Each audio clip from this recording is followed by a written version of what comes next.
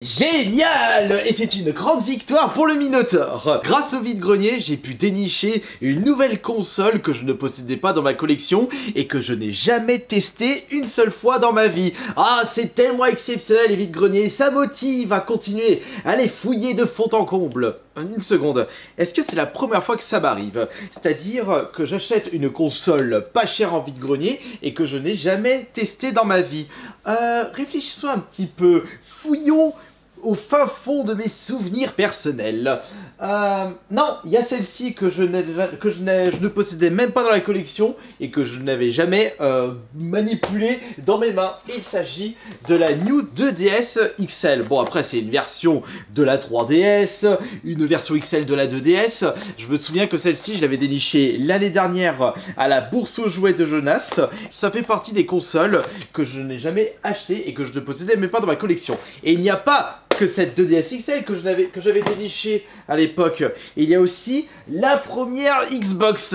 Ah, alors là, je sais que j'en ai déniché un bon petit paquet depuis toutes ces années. Mais tout ce que je peux vous dire, c'est que je n'avais jamais pu jouer à cette console dans ma vie. Et ma toute première Xbox, première génération, c'était grâce à un achat en vide-grenier. Et tu vas me dire, depuis tout ce temps, je n'ai jamais pu jouer correctement à un jeu de cette console parce que la Xbox, j'ai commencé avec la 360 et celle-ci, cette grosse bécane, elle ne m'a jamais attiré. On va dire que j'ai plus grandi avec la PS2, la Dreamcast et surtout la GameCube pour cette génération de consoles. Après la 2DS XL et la première Xbox, grâce au vide-grenier, j'avais pu dénicher ma première PS1 classique, c'est-à-dire la mini PS1 avec plusieurs jeux fournis avec. Et celui-là, je l'avais acheté au vide-grenier de Culin et c'était un abonné justement qui me l'avait vendu à 40 € ou 45 €. D'ailleurs, si tu regardes cette vidéo, dédicace à toi mon cher. Et il y a aussi également une console rétro qui est devenue très complexe à trouver en vide-grenier, qui a toujours été compliqué à dénicher. J'avais pu la récupérer une seule fois en boîte et je la possède toujours. C'est la Sega Saturn. Donc la console sortie après la Mega Drive et c'était la console chez Sega appartenant à la même génération de consoles que la N64 et la PS1.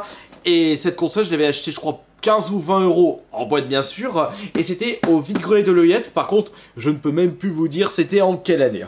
Bon, après cette longue introduction, on va revenir au vif du sujet avec justement cette nouvelle console. Il s'agit d'une PlayStation Portable, console qui est sortie il y a 1 an et demi si je ne me trompe pas, et j'avais réussi à la récupérer pour un très bon prix. Enfin ça dépendra de ce que vous en pensez. Et d'ailleurs, j'ai négocié cette console sans connaître son prix exact sur le marché d'occasion. C'est-à-dire sur Vinted ou sur le Bon Coin ou sur eBay. Mon objectif quand j'avais récupéré cette console, c'était de la récupérer pour le moins cher possible. Et dans tous les cas, je savais que j'allais la récupérer parce que j'avais envie de vous proposer cette nouvelle vidéo. D'ailleurs, comment s'était passée la phase de négociation? Eh bien, laissez-moi vous la présenter. 120 pour console d'occasion que je vais peut-être peu utiliser. J'ai la facture quelque part. C'était il y a combien de temps? C'était à Noël, l'année où elle est sortie, il y a 1 an et demi. Il n'y a pas de chargeur? Les chargeurs, c'est en fait, ils vendent plus. USB-C? Ouais, c'est USB. Dites-moi, pour 80, ça vous conviendrait? Là, 80, je peux pas. Parce qu'après, le truc, c'est qu'il y a le moindre souci. Je suis pas du tout du coin. Je suis du côté de Lyon. Moi, je suis de passage. C'est pas des bêtises. Ah non, mais je vous crois. Je connais du monde à Lyon. 80, 120, 100. 100? 90? Bon, après, je vous force pas. C'est vous qui voyez. Après, c'est vrai que c'est de l'occasion. Oui, c'est de l'occasion. Sur le Bon Coin, ça se vend entre 110 et 120. On est au vide-grenier. Et bah 95. Alors, on part pour 95. Allez, Zou, je prends ça. Et j'attendais le tournage de cette vidéo pour découvrir pour la première fois de ma vie cette petite console de chez Sony. Eh bien, allons-y, on va tester ça. Malheureusement, cette PlayStation Portable n'était pas sous blister. Oh, me voilà déçu. Oh, c'est comme Rouge veut battre, ça fait des années qu'elle n'est plus sous blister. Oh, tu vas me dire, je rate pas grand chose. Knuckles, Shadow, Sonic et même le Dr Robotnik sont passés avant moi. Bon, alors, pour la PlayStation Portal, en plus qu'elle n'est pas sous blister, elle n'est pas complète. En effet, vous avez remarqué ce petit détail, cette console n'est pas vendue telle qu'elle, là, avec le vieux bout de carton gris dégueulasse qui donne pas envie. Voyons, si on veut vendre correctement une console dans les magasins, il faut un packaging qui fait rêver, cette couleur blanche, ce couleur bleue, ces trucs qui va permettre à Sony de vendre ses produits ultra chers. Ouais, tu vas me dire, elle a été vendue combien de base la PlayStation Portal? 200 €, 250, 300? Non, je crois que 300 c'était le prix des scalpers. Bon, de toute façon, dans tous les cas, j'ai récupéré cette console pour 95 €, donc moins de 100 € pour une console que je ne possédais pas. Ça reste un très bon prix. Après, c'est pas grave s'il manque le fourreau. De toute façon, c'est pas grave, c'est pas grave. Peut-être que je retrouverai le fourreau dans un autre vide-grenier. D'ailleurs, je me souviens que le même jour, non, c'était pas le même jour. Je me souviens que quand cette console avait été annoncée pour la première fois, ça me faisait rappeler la Nintendo Switch et pourquoi pas le Steam Deck. Je dis, oh, c'est très intéressant. Ou pourquoi pas une PS Vita 2, une PSP 3. Ah, les bonnes idées de chez Sony. Et après vérification des infos sur cette console, c'était plus un accessoire qu'autre chose. D'ailleurs, en parlant de Steam Deck et de Switch, je vais aller les récupérer pour pouvoir faire une petite comparaison. Évidemment, cette PlayStation Portal, c'est pas du tout le même prix par rapport au Steam Deck, mais d'après ce que j'ai compris, il faut laisser la PS5 allumée pour pouvoir l'utiliser et on peut jouer uniquement aux jeux installés sur la PS5 ou aux jeux qui sont sur son compte PSN.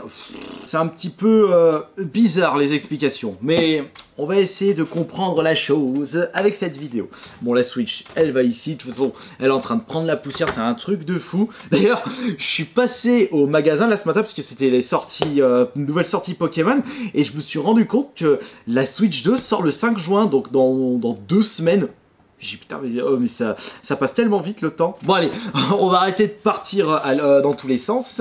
Et on va maintenant, allez, pousse-toi le Steam Deck, ouvrir cette PlayStation Portal, pardon, c'est pas une PlayStation Portable. PlayStation Portable, c'est PSP ou PS Vita.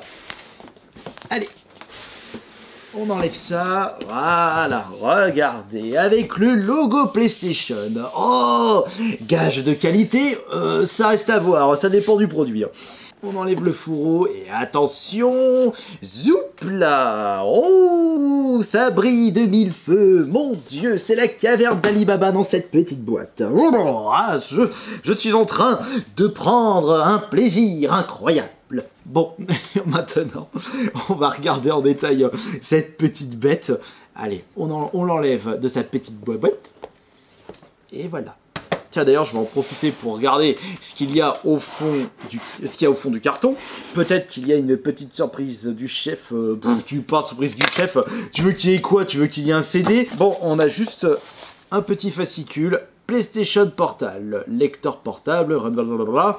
Et voilà toutes les explications. C'est bon, je sais comment ça marche. Ouh.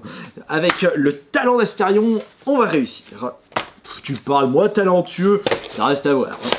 Allez, on enlève ça, de toute façon on n'aura plus besoin de sa boîte. Je suis en train également de réfléchir à quel concept de vidéo, surtout pour des TikTok, des shorts, je pourrais faire avec cette PlayStation Portable. Ah, excusez-moi, il faut rentabiliser son achat, voyons, avec la monétisation. N'oubliez pas de mettre le petit pouce bleu, s'il vous plaît, le petit soutien, oui, s'il vous plaît. Oh, faites-moi plaisir. Gentes dames, demoiselles et damoiseaux, oui, je peux vous faire confiance. Stop. On reprend sérieusement la découverte de cette PlayStation Portal. Alors, on va voir déjà la prise en main. Eh bien, dis donc, la prise en main, elle est...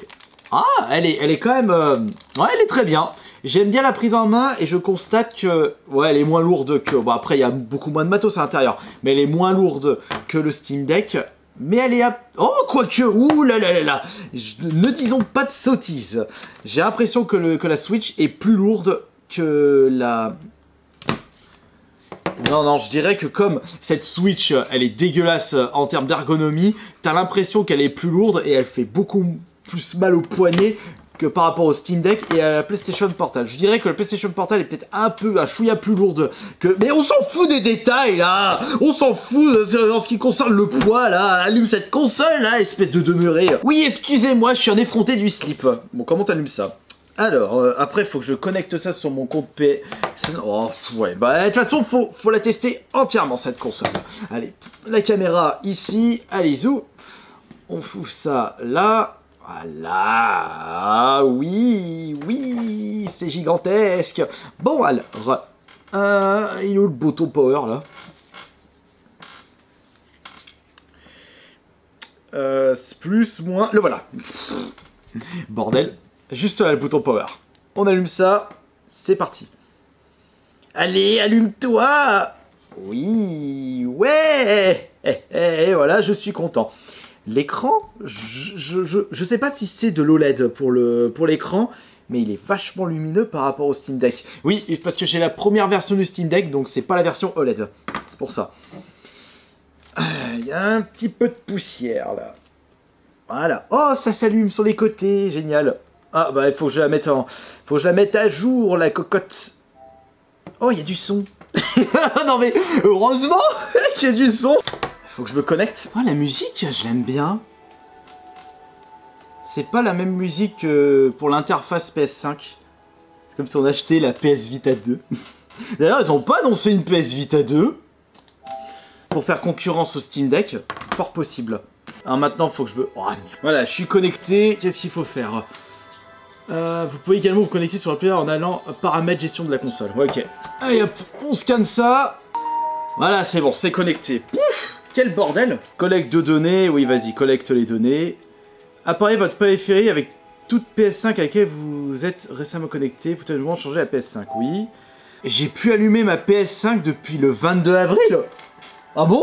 Ah, faut que j'allume ma PS5. Bah oui, bah normal là. Je sais qu'on n'arrête pas le progrès, mais on n'est pas encore arrivé à l'ère où les robots peuvent récurer de fond en comble des chiottes. Ma PS5. Oh, ma belle PS5. La manette, elle est où? Allez, on allume ça et c'est parti, mon guili. Depuis, voilà, ouais, ok. Allez, là, quand tu veux. Elle est superbe, cette vidéo. Je suis plus en mode, je vous raconte ma life. Une vie inintéressante au possible. Vous aimez les choses inintéressantes au passage. Mais non, ajoute pas à nous. Mets-moi le Astérion bon, là, s'il te plaît. Mais, qui c'est que ce bordel? Oh, mais faut aussi que je me connecte sur la PS5, là. Comment ça se fait que je suis pas connecté? Oh, faut que je mette à jour. Mais faut mettre à jour de partout, là. Bon, en attendant que ça se mette à jour, moi, je vais m'installer ici. Oh, ça va mettre 3 plombes. Ouais, bah j'ai le temps de faire une petite partie de Monster Train en attendant. Oh, regardez comme ce jeu il est incroyable, je vais vous le présenter en attendant. Je me souviens plus si ce jeu est disponible sur le PSN, mais je sais que mon frère jumeau l'avait découvert pour la première fois avec le Game Pass, mais à voir s'il est encore dispo sur le Game Pass en ce moment. Si vous avez Steam, vous avez un bon PC, même un PC qui n'est pas si puissant que ça, c'est un petit jeu indé au graphisme simpliste, mais d'une qualité extraordinaire concernant le gameplay. Dites-vous que ce jeu, sur des sites de revente de clés, Kingu ou... merde, comment il s'appelle l'autre? Ah, je me souviens plus, oui, voilà. Instant Gaming, vous pouvez le récupérer pour genre 3-4 balles. Et ce jeu, vous allez passer des dizaines d'heures. Attends, on va prendre un qui est balèze. On va prendre Gavroche. La mise à jour, c'est toujours pas fait. C'est pas grave, j'ai le temps. Attends, coupe-moi le son, là, on s'entend pas. Ah, zut, ma PS5 vient de se réallumer. Ah, mais je voulais vous montrer Monster Train, c'est pas grave. Jouez à Monster Train, vous n'allez pas le regretter. Alors, du coup, qu'est-ce qu'il faut faire? Paramètres, au moins tout est expliqué, c'est incroyable. Autoriser l'activation de la PS5 depuis le réseau. Voilà, c'est bon. Ensuite, il faut faire quoi? Streaming dans le cloud par le lecteur PlayStation Portable, version bêta. Bon, on verra si tout est prêt pour jouer. Ok. Oh, c'est magnifique.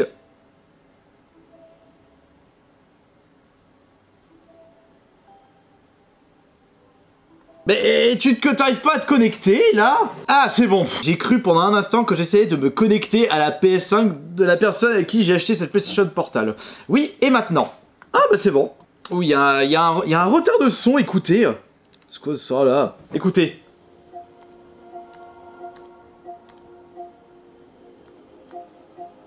Juste une petite seconde.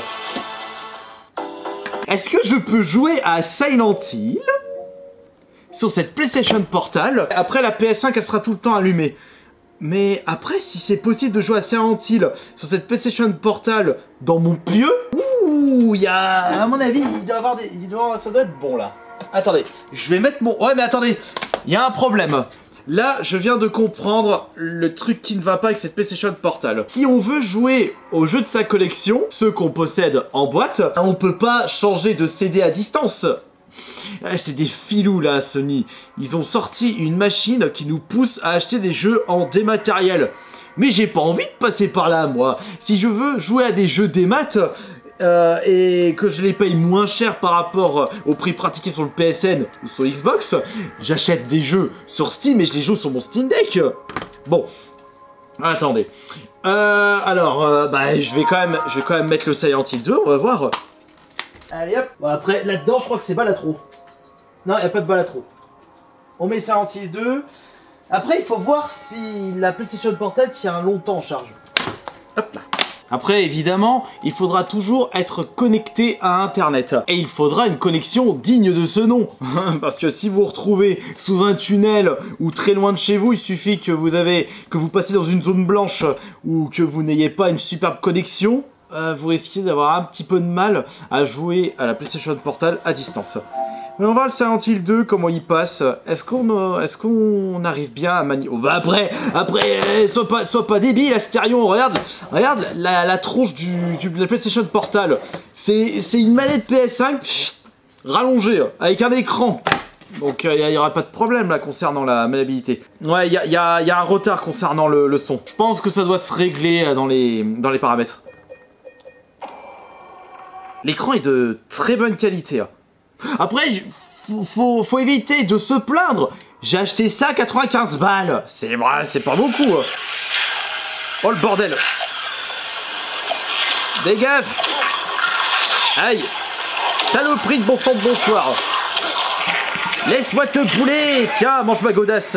T'en veux encore? Mais oui, c'est pas humain. Mais évidemment que c'est pas humain. Réfléchis un peu, James. Tu es dans un cauchemar. Tu es enfermé dans un monde horrifique où la seule solution pour toi de t'en sortir, c'est d'avoir une réserve de papier toilette et de te torcher le derrière avec du papier de verre. Après, le bazar, il passe bien. Attendez, je suis mal positionné. Bah voilà, là, on voit mieux. Mais c'est moi où il y a un retard concernant... Oh non! Oh, mais c'est pas bon ça! Mais c'est ça, il y a un retard. Regardez le retard qu'il y a lorsque je touche le joystick et ce qui se passe à l'écran. Regardez le temps de réaction. C'est pas instantané. Si tu veux jouer à des jeux qui te demandent une précision chirurgicale, tu vas pas pouvoir t'en sortir avec cette PlayStation Portal. Oh, zut de flûte de crotte. Et ben voilà, on vient de trouver un défaut avec cette PlayStation Portal. Zut de crotte, flûte cacaboudin. Ce qui est dommage parce que le bazar est quand même de bonne facture. Ouais, mais après, si... Bon, arrête de te plaindre, là, t'as acheté ça à 95 balles, Astérion. Bon, maintenant, retour dans le menu. Il y avait un retard concernant le son et un retard concernant le temps de réaction sur votre façon de jouer. Ouais, bon, bah super, génial, misère de misère, miséricorde. J'ai pas un petit jeu que j'ai acheté en démat là-dedans. C'était quand la dernière fois que j'avais acheté un jeu démat sur ce... Oui, je sais, Rockbook. Ah, il est là, Rockbook. Celui-ci, je sais que j'ai pas besoin de mettre la galette dans la console, parce que de toute façon, ce jeu, à mon plus grand regret, n'est jamais sorti en boîte. Pourtant, c'est mon deuxième deck building préféré, après Slay the Spire. Ce genre de jeu, vous n'avez pas besoin d'avoir... que ça soit ultra précis sur votre façon de jouer. Ce qui va vraiment me gonfler, là, sur... Mais, enlève-moi ça. Je disais, ce qui va vraiment me gonfler concernant cette PlayStation Portal, c'est le retard sur le son. Vas-y, fais-moi un petit con. Ah ouais, genre comme ça me perturbe, c'est choquant de voir ce retard. Bon allez, vas-y, fais une petite frénésie. Ah mais, crotte. Ouais mais, du coup ça... Alors par contre, il y a un point non négligeable concernant cette PlayStation Portal, c'est que je me rends compte qu'un écran OLED pour une PlayStation portable, enfin pour une console portable... Il y a toute la différence. Du coup ça m'a donné envie d'acheter encore de l'argent à dépenser là. Parce que du coup j'ai bien envie d'acheter un Steam Deck avec écran OLED. Problème c'est que le Steam Deck avec écran OLED bouffe beaucoup plus la batterie. Mais c'est quand même beaucoup plus joli. Ouais, c'est vrai que c'est magnifique avec un écran OLED. Je pense que finalement, je vais pas du tout utiliser cette PlayStation Portable. J'ai plus envie de jouer au même jeu sur mon Steam Deck et acheter un Steam Deck OLED. Ouais, je vais plutôt faire ça à partir de maintenant.